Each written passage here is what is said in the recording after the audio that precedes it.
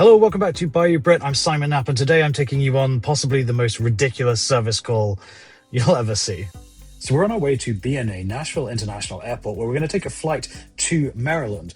I see we own 5 car washes now, some in Tennessee, Kentucky, and Maryland. And that means that we're spread very thin when it comes to service calls. Now, recommendation from someone who flew one of these aircraft: if you're flying Southwest 737-700, take this seat. It's the best seat. You see, in Tennessee and Kentucky, we are blessed to have found a couple of people, Eric and Robin, who are fantastic. They are just the absolute best people I've ever worked with. They hate to leave a site when something is still broken, very similar to how I operate. I hate leaving something down, and just finding helpful staff that respect your business as if it's their own is just fantastic.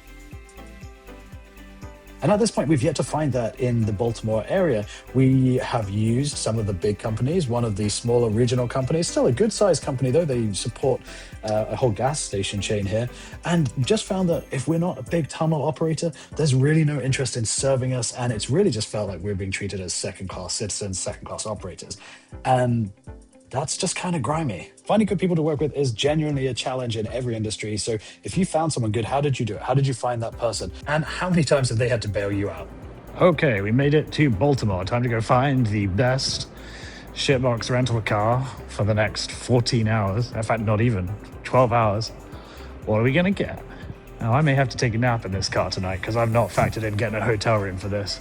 So let's find one that looks like a good sleeping spot.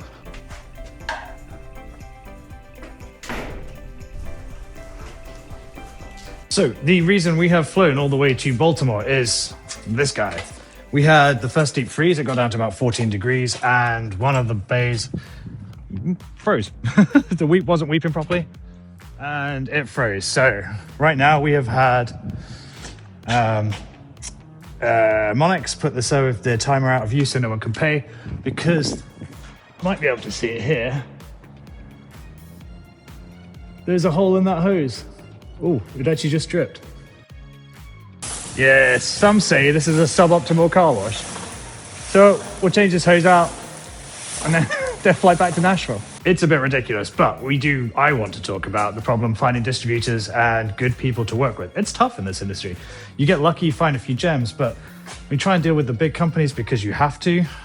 They're a nightmare.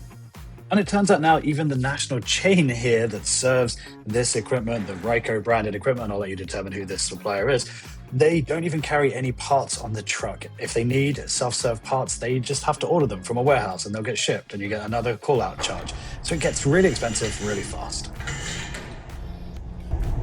So you can see here where the hose is actually split, and it's where on a windy day, this will bounce around and you actually see where the impacts are. So the metal is just eaten through it.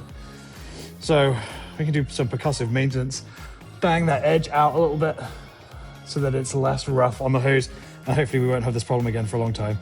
That said, this hose looks pretty old. So it's probably lasted a few years anyway.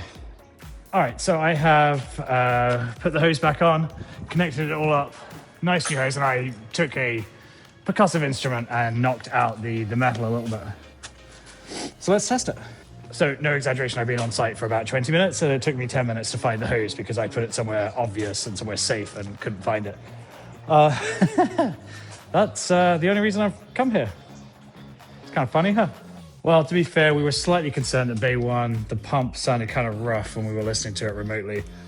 And there's quite a lot of water here, so let's turn it on and see just how big of a fountain this is. Oh, this scares me. Okay, could be worse. It's leaking from the high pressure soap line. That we can fix. Okay, so I actually had enough loose or spare to cut the end off. Just put it back in place. We're holding pressure. There is a little bit of a leak here, though. I don't think that's actually got worse than it was. So I could do seals and valves on this, and we will be good to go.